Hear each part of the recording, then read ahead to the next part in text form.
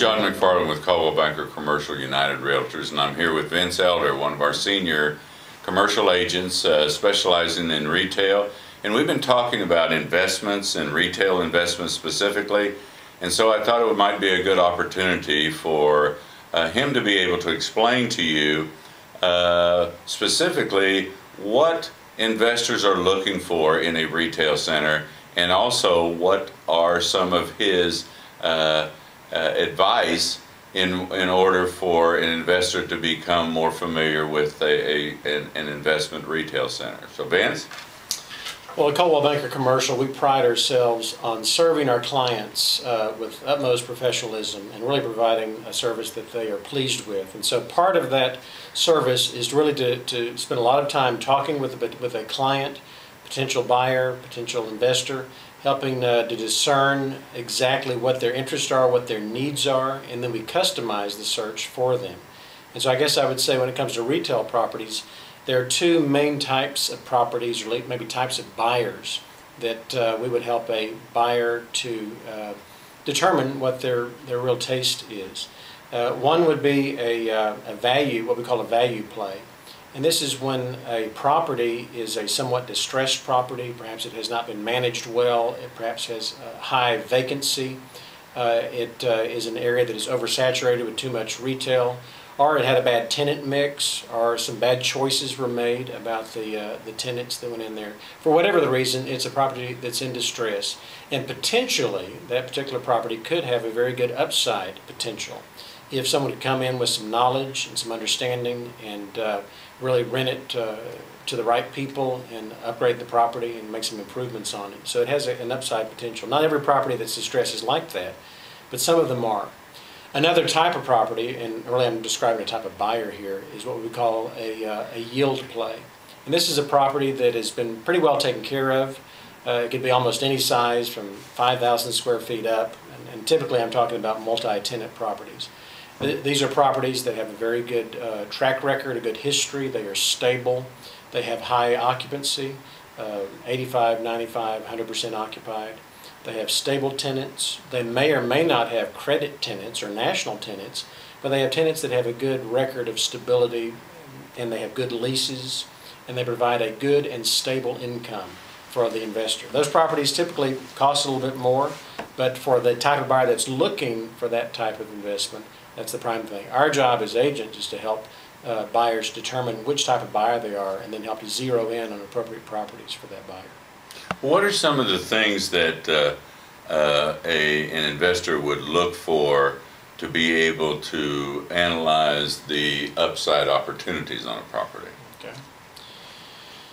You know, a lot of the work in this business is a little bit like being a detective, in that when a property's on the market, we look at whatever the marketing material is provided by a seller, and then we have to look at it like a detective. We have to get at the numbers behind the numbers. We have to look at the facts that are sort of behind the scenes, and this involves trying to look at the leases, the individual leases in a property, trying to analyze the value, the validity, the strength of those leases. Are there personal guarantees?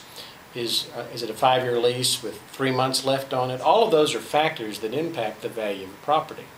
Looking at the renewals, is there an upside potential on the renewal of a property? The market rent. Part of it, analyzing the property, is not only the financials, but analyzing the market around that property.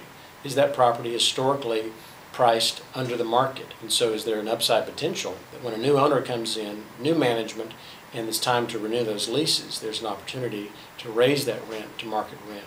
So there's a lot of different factors that provide upside potential. Some are visible and obvious, some are somewhat hidden. And our task as agents is to help the buyers to discern those and to press into them and to take advantage of them. What about how important is it for an investor to sit down with you and to go through a needs analysis? Because I would imagine there are probably different likes and dislikes about properties depending upon specifically what an investor would be looking for. That's very important, and it goes back to what we emphasize here at our company, that one size does not fit all. that just as people are individuals, investors are individuals. And so when we visit with a client, we don't assume that they're like every other client that wants a multi-tenant retail or property in a certain submarket. We ask lots of questions to help determine really the needs of that client. Does he have the resources for build-out and tenant improvement? Does he have the resources to make it and take advantage of upside potential on a particular property, or to upgrade a property if that's needed in the business plan for that property? So all of those are pertinent things that we want to find out, and so that's why personal service, sitting down face-to-face and dealing with these questions are absolutely essential to really helping our clients make the very best investment possible.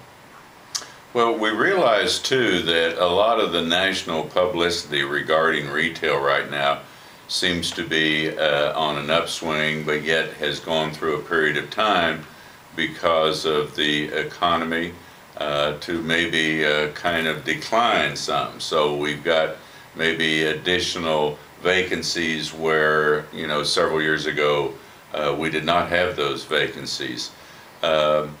Is this a good time for an investor to start looking and evaluating a retail property? Absolutely, I believe it is. You know, every market has its ups and downs, and we're always in a business cycle. But I believe, and I think a lot of indication from what we see in the business media, is that there are opportunities out there. It requires discernment, it requires careful attention to detail, it requires knowing what you're doing and really studying up on both the market and sub-market. But there are opportunities out there that can be taken advantage of. And we strive to be able to help people to do that. Is there any other advice that you would give someone that is looking to see how they possibly may be able to invest in income properties, specifically as we were speaking about retail? I guess certainly from an agent's perspective, we desire to become an expert on both our market area and the types of properties that we sell and market. And I guess that would really be the advice for clients too. If you are investigating, you want to really make an investment in income producing property, which historically is a very good investment. It's typically tax friendly here in the United States. It has enormous upside potentials with appreciation and other things if it's managed well. Then we want to provide the resources and encourage you to avail yourself of the resources that can help you to become educated on that particular type of property and area. And so really just being a student of an area that you're really looking at is something that would help you as well as an investor and as a buyer.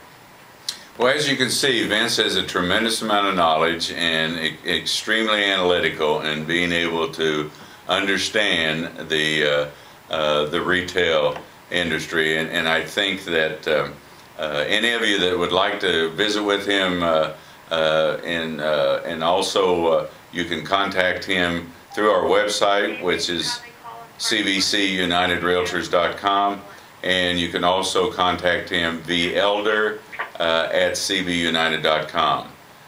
So thank you, Vince, for your thoughts, and we hope this will help some of you in determining what you might need to do in order to evaluate a retail investment property.